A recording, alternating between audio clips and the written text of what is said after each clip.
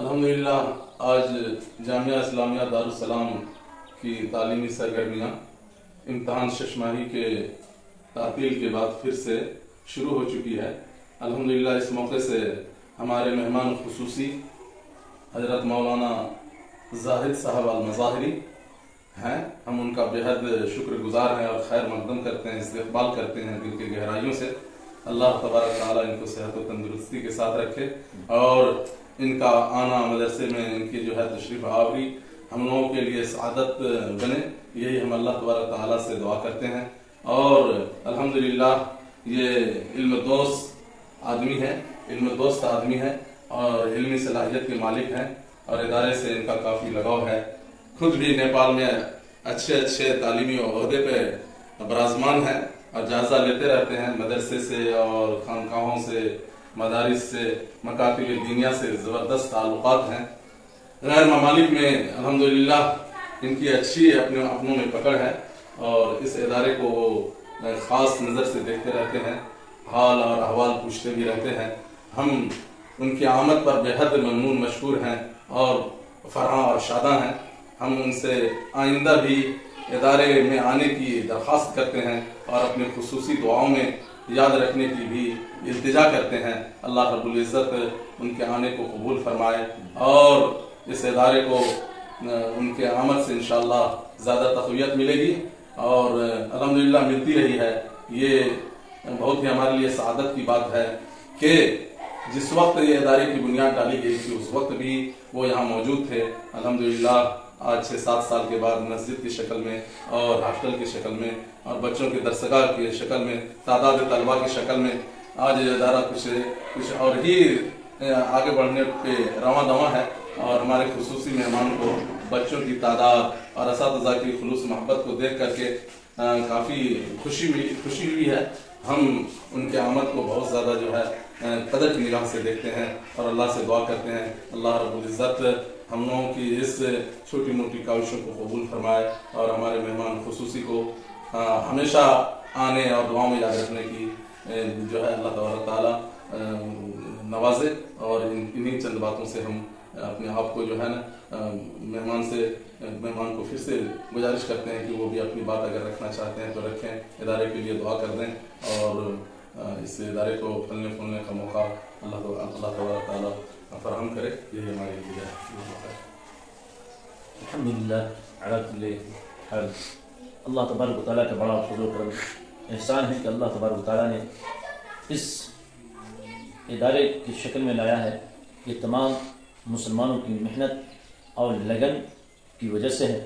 کوئی ایک شخص مدرسہ میں گزارے دن کا منظر یاد آتا ہے، وہ ساتھی یاد آتے ہیں، وہ گلشن یاد آتا ہے۔ مدرسہ میں گزارے دن کا منظر یاد آتا ہے، وہ ساتھی یاد آتے ہیں، وہ گلشن یاد آتا ہے۔ مدرسہ میں گزارے دن کا منظر یاد آتا ہے، وہ ساتھی یاد آتے ہیں، وہ گلشن یاد آتا ہے۔ وہ میرے پیارے ساتھی جن کے سنگ تکرار کرتے تھے،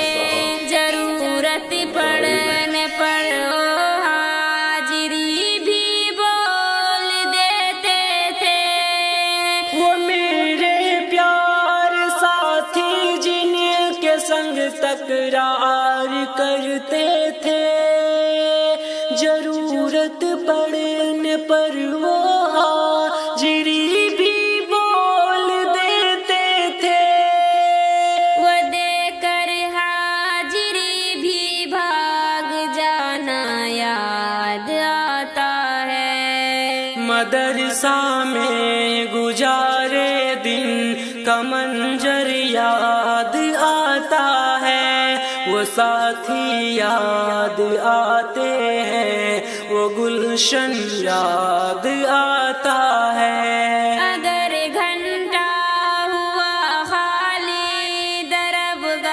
چھوڑ جاتے تھے، کہیں چھولے و پوڑی تھی، کہیں ماموج برگر تھے۔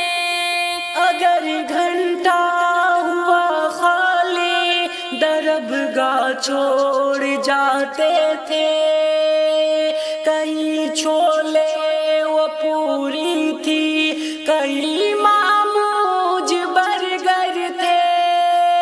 تپائی پر درس گئے وہ سونا یاد آتا ہے، مدرسہ میں گزارے دن کا منظر یاد آتا ہے، وہ ساتھی یاد آتے ہیں، وہ گلشن یاد آتا ہے۔ فجر اور عصر میں جب حاضری مسجد میں ہوتی تھی، خبر ملتے یکایک خلبلی طلبہ میں مچتی تھی۔ فجر اور عصر میں جب حاضری مسجد میں ہوتی تھی، خبر ملتے یکایک خلبلی طلبہ میں مچتی تھی۔